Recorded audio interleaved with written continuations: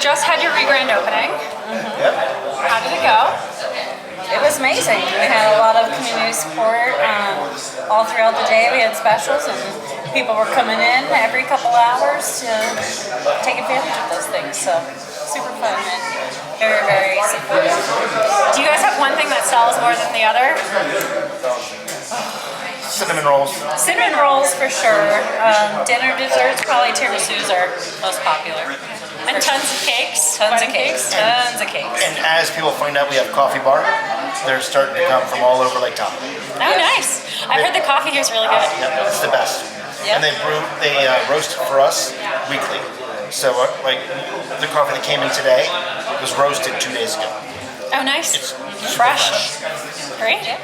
So how did you decide to do a shop? Because for a while, I mean, you've been baking for a while, right? And you, at first, you've had a ton of community support. I feel like you've been baking in Incline specifically for years. Yep. And then you decided to do a brick and mortar. So who made the decision? Well, it was mostly COVID made the decision for us. The first 2 weeks of COVID, we had 86 weddings canceled. Oh my gosh. Just cancel, reschedule, up in the air. We don't know what's happening. So he told me I was crying, and I guess I'll just go back to work. And he said, just make some of your breakfast items and I'll go deliver door to door. And that was how all of the breakfast items that they were born and came about. And then he said, let's keep our bakers busy on the off seasons from weddings. So just we'll keep everybody employed, busy, and everybody successful, and have something for all of the community. Yeah. Hard to do in this town, especially during COVID, right?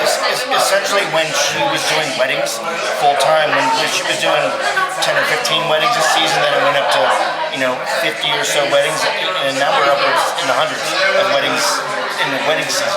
So she'll do 15 weddings in 3 days. Jesus. And that means we need. She doesn't stay for 3 days. Because that's the last thing she wants she wants to make sure everybody's perfect. So her staff, we would need to beef up on staff in the summer to be able to meet that demand. And then in November, no weddings all the way through May. So each year she's training people again. Yeah. So the idea was we would start wholesale and really try to use the existing restaurants and kind of get the staff busy. So we were doing Grand Labacan, we had some other local businesses that we were working with at the time, and then COVID stopped all that too. So weddings dropped and that dropped, and so this was it seemed to be the best way to really stabilize their employment. Okay. And keep the best quality staff year round. Which is hard to do here. It is, and we have some very, very loyal and very good staff that has stuck through us through the ups and downs of opening a new storefront in Incline. So you said back to work. So your background is not in baking? Or I was working at Azara's for about 11 years, 10 years. Yeah. 10 years, something like that. Yeah. When I met her, she was working at Renown during the day. She was working at TCF, and she was working night at Zara. I don't know how she took it all through, but she had 3 jobs, single mom, and I was in Florida starting a restaurant. And so we were back and forth. And one day she says, I want to start making cakes. I said, go for it. And a good friend of hers bought a cake that was a honey badger. And it was very popular. So I think I might know who that is. Yeah. That was actually our first commission cake. Yep. And then it just grew from there. So you were in Florida. So is your background in restaurants and bakeries? Restaurants and bars. Okay, restaurants and bars. Club style, So how did you guys meet? At a restaurant. At a restaurant. So I had started my own business when I was younger, a painting store for kids. That I had done that 7 days a week for 8 years, and I was just done. It was extremely popular and successful. Yeah. It was called Plaster Blaster. Oh, She'd cool. make these plaster molds at night, and then the kids would come in and they buy the plaster mold, and that came with the paint and all the sealing and everything. So she's modest, but she set up a whole like a contract sort of with the school board in Volusia County, which is where I'm from. I'm born and raised there. I was like, so she had this business where they drop school buses of kids off. They come in and paint, and then they go out the back door and pick up on another bus. What a good business model. Yeah, it was fantastic. It was great. So we still, if when we go to Florida, she'll work people like, are you the plaster lady? Because they paint with her when The they plaster lady. That was me. Now you're the cake batter lady. Yeah, exactly. I had a table at the restaurant in Florida, at his restaurant, and she must have been 25, and she goes, "Are you the lady that ran Plaster Blaster in Port Orange?" And I went, "Yeah." She's like, "I used to go there when I was like 8 years old." People who are now your age would go to her business, and they were, she's only 10 years older than they were. They were. She was like late 23. teens, late 20s. Awesome. So how is it working together? Challenging, but rewarding. That's a good way to put it. Yeah. So do you guys have specific roles in the business? I make things pretty. It was trial and error and figuring out, where our strengths and weaknesses are. I'll say this: I've built 9 multi-million-dollar companies, and this was the hardest. Wow. Because of so many dynamics, including the fact that the entrepreneurial journey is an emotional roller coaster as much as a financial roller coaster, and a lot of people forget that emotional capital that it requires to really go through the ups and downs, and almost like driving a race car. You're behind and in front, but it's turbulent, very turbulent. And when you have a passenger who you really care about, it's a lot scarier. Yeah. It's an added stressor, right? If I crash just me, I crash. But if it's us, it's a big difference. So it's an added, but it's also more rewarding when you win. Totally. So, we're going to win. So speaking of winning, I mean, you guys have tons of community support. I feel like you always have. You obviously make a good product. And so recently you had another grand opening, I would like to say. So what happened? I mean, there was some news that you guys were shut down, and then now you've had this grand opening. You have this beautiful space. Can you talk a little bit about what happened? Do you want me to talk about that, or you want to talk about that? Yeah, go ahead. The dynamic of Incline being a general improvement district versus a city, or versus in an unincorporated Reno, essentially, you end up between the rules and regulations that kind of overlap. For example, if the health department wants a sink over here, but if it wants it to go in a particular drain, it becomes difficult. So moving a sink up here requires an architect to redraw the plans, a contractor to sign off on the moving of it, a plumber to do the moving, and then when you find out it's in the wrong spot or a certain way, then you're spending other thousands more to correct it. In the wrong spot for this entity, but not for this entity. So Frustrating. And so there's a dynamic, and I'll really reiterate that, and I've said this publicly, they want to do what's right. They want to help the environment, they want to keep people safe, and they really want to follow the rules and regulations that are set, but there is a gauntlet of rules and regulations that is very unclear. And so each entity, when they come in, they look around, they go, wow, okay, we're not building a 10 by 10 shack for selling Marlboros to 10-year-olds. We're here building something we've invested our life savings in this place. We go say, how do we move forward? And once each group, imagine standing between two bulls, and you got to get them to go the same direction. And so that's the difficulty. Now, a contractor locally, a few of them, they really know all the rules and regulations to do both. They're booked out for years. Oh yeah. They're booked out. So you can't get them. One, they're extremely high value, so they're very expensive. And so it becomes, we know how to build it. We know how to build it to code. You read the code, but then the perception of the code may be different to an individual. Yeah. So really, what has made it work finally is getting everybody together and saying, hey guys, we just want to do what's right. Can my wife please sell coffee and cupcakes? Yeah. We're just trying to give the kiddies some sugar and some good coffee. And so, and when you put it to them that way, they've really helped. They have. Getting to the people who wanted to be helpful was the hard part. Yeah. And like in any system, you've got your good apples, you've got your few bad apples. And so, some of them come in and say, just please obey my authority. Yeah.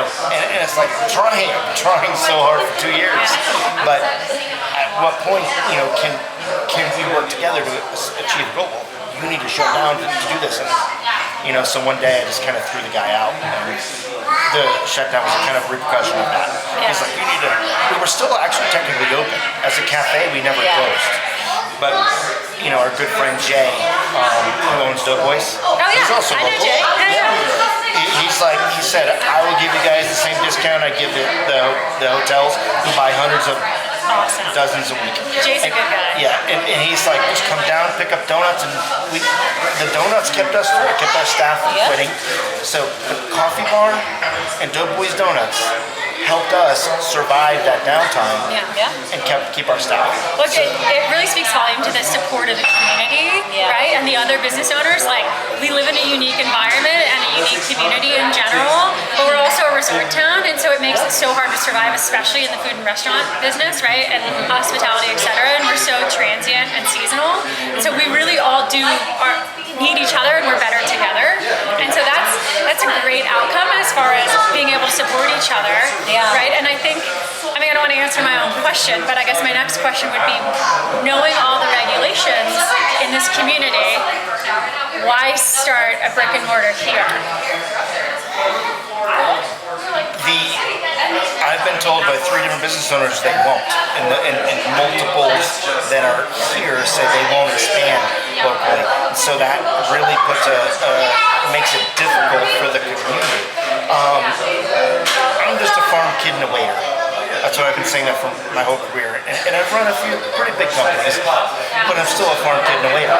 And that leadership forces you to take the responsibility of each person's income, their livelihood in your hands. You go, wow. So there is no not doing it. So the solution has to be the goal. And it seems like your question is leading to how do we do it, really more than why would they? And I think the way they would the how is really finding a way to have some sort of communication between those entities. So when I went to Washoe and I went to the building department, they said, let's build. I brought our lease in. I said, this is our location. They said, well, you're between 2 restaurants and there's another one there. Go ahead and build. And they gave us a permit. So I started building. 5 months later, a great guy, Tim, Buxton from Ingid comes in. He goes, what are you doing? I said, I'm building a cafe. And he goes, well, you can't. I said, the paper says I can. But how do we do it? Yeah. And so it turned into a conversation. And he was like, okay. And he really switched on to how do we solve it? So I went and I asked permission to the people I thought I was supposed to ask permission to. But nobody directly can give me the how from the other department. Yeah. So eventually, I'm thinking either we need some sort of representation to guide those business owners through it, or we need to find a solution that they all work together to guide people to be successful. Because in management, the number one rule is it's not your job to stop people from doing their job or catch them doing things wrong. They'll do that. People are naturally lazy and people will naturally make mistakes, right? Your job as a leader is to help them do it correctly. You train them to grow and become more successful, and that makes everybody more successful. A rising tide raises all ships. And so if we had somebody to represent us in a way that said, okay, you want to open a cafe, this is how you do it. Because obviously we were willing to invest. We have $250,000 plus in this building. And that doesn't include the opportunity cost of me not working, and I can make $100,000 a year. if she could make, working 3 jobs and working the hours she's worked, she could make $100 grand a year just doing weddings. Plus, more than that gross, but even with paying her team. So we could have chosen to keep it just small, but this is our home. This is where the kids go to school. So our children are, almost 15, and then one just turned 12. Oh, nice. We have one in middle school and one high school here, so we are committed to the safety of people dining here. You're committed to the safety of the environment. We're committed to the safety of the growth of the economy, and really working towards building something and maybe paving a way a little bit. But a lot of others have paved the way before us. But maybe now we need to make a sidewalk where there once was a overgrown path, if you will. Well, I commend you both for sticking through that. I know it's not easy in this community, and as you can see, there's a lot of empty, dilapidated buildings because there's so many hurdles to actually get to the point where you guys have persevered and pushed through and had the grit to do so, right? And so I can only hope that the community continues to rally behind you guys and support you. Yeah. And if I can ask one more thing, because I know you guys have jobs to do, if you were coming in here and you've never been here before, what would be your recommended order for a sweet tooth? Someone that has a sweet tooth. Oh, that's her. I mean, I can't brag on myself. Yes, you can. I like Yes, you can. I like everything. Our cheesecake is phenomenal. Cheesecake, okay. Yeah, any of the flavors. We do a really good Bailey's cheesecake, and then a strawberry cheesecake, and an apple caramel crunch You cheesecake. have so many options. Yeah. You don't sleep. Tiramisu, and then the key lime pies I made for this one because he's I love 'em. affordable. I love key lime pie. And I love 'em. we've been told by many people from Italy to Florida that it's the best tiramisu and the best key lime pie they've ever had. So, Good to hear. Awesome. Tiramisu, phenomenal. Yep. Apple pies are amazing. And when you take a cake from Happy Tears to an event, everybody knows it's not a grocery store cake. Yeah. It's a little bit more expensive because we pay our people well, and there's time that goes into each one of those cakes, and then she has to design it, and everyone is touched by her in some capacity. And so when you go there and you want to bring that wow, a cake. Yeah. I mean, I remember during the pandemic actually when you were doing the deliveries, and I was like, okay, so what is she doing for the holidays? What are we doing for, right? Like you would do the whole packages. So thank you. Yeah. You did the Christmas cookie kits. Yep, Christmas, we did the Thanksgiving, pies. and then we did some of our remix, actually like holiday party cookies. Oh, and we made the the balloons. opening cookies. Yeah. Yeah. So thanks for being here. Yeah. Super fun. Thanks for staying open. Thanks for persevering. Thanks for allowing me to bug you today. We're fighters. Yeah. Awesome. Well, this We're not quitters, I'll say that. past time I said, let's just pack up and move back to Florida. That's enough. I'm done. But he She said, was serious too. yeah, he said, no, just take a day, relax. It's not that bad, And so we just started working again, and 9 weeks later, here we are. Good partnership. So, yeah. If we moved to Florida and we opened a restaurant anywhere in Central Florida, 40 to 50 people would quit their jobs and come work with us because we have that reputation, and we do as a couple. But my whole career was spent there building teams for either owners or investors or myself. When I made it up to that point, but we're going to do that here instead. It's not hard to find employees when you are the best employer. Yeah. I mean, no, it speaks volumes that your employees have stayed with you. I mean, even every day people will be like, where are your baked goods? And, it's hard to respond to that every day. It gets taxing and you're not making as much money because we're selling, very little amount of anything. And they just said, we know you guys are going to make it. We know, and we're here for it. And we know that we can help you as well. So we love those people there. We wouldn't be anywhere without the people that support us in this community. Yeah. And there are a number of particular ones that come to mind that have really stepped up and said, we want to see you make it. Well, honestly, that's why I love this community so much. Is people, as much as people make fun of the Incline Facebook page, people also rally to support the good ones. Yeah. You know, rally. Yeah. This community is very generous. We had like 500 and some responses to our grand opening on there. Just a lot of people were super excited. So Good. Well, actually, I need to order some more goodies for my next event. got it. Got him. Awesome. Jason, Andrew, thank you so much for taking time to talk to me today. I It's appreciate our pleasure. Thank you. it. Cool.